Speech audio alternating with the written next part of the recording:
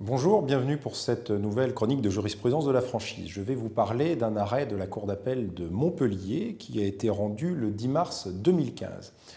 Il s'agissait d'une demande en requalification d'un contrat de franchise en contrat de travail. Le franchisé plaidait sur le fondement de deux critères qui, selon lui, faisaient que ce contrat de franchise était en réalité un contrat de travail. Quels sont ces deux critères qui caractérisaient le lien de subordination d'après les arguments du franchisé?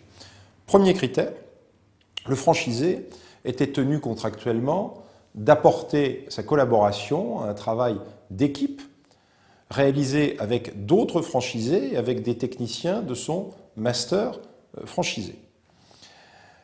Il a été jugé que ce critère, donc d'obligation de travail en équipe, ne constituait pas un critère établissant l'existence d'un lien de subordination, ce qui est la condition nécessaire et suffisante pour qu'un contrat soit qualifié de contrat de travail.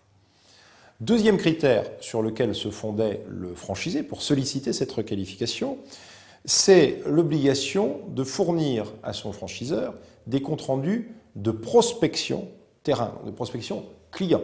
Là encore, le contrat organisait l'établissement de ces comptes rendus et la remontée de ces comptes rendus au franchiseur.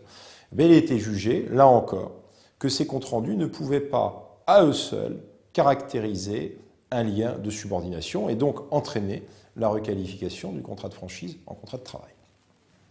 Rappelons sur ce sujet que les cas de requalification de contrat de franchise en contrat de travail sont même rares en jurisprudence et que pour caractériser un lien de subordination, les tribunaux et les cours raisonnent suivant une méthode de faisceau d'indices. Donc elles vont généralement exiger une accumulation de preuves qui constituent des indices de requalification.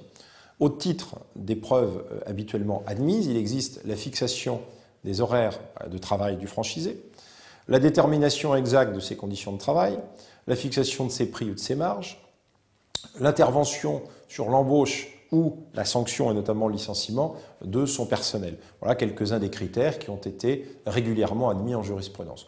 Donc on peut déduire de cet arrêt que ne constituent pas des critères de requalification et donc peuvent être contractualisés à cet égard. D'une part, l'obligation de travailler en équipe avec des équipes du franchiseur et d'autre part, l'obligation de fournir des comptes rendus de prospection clientèle.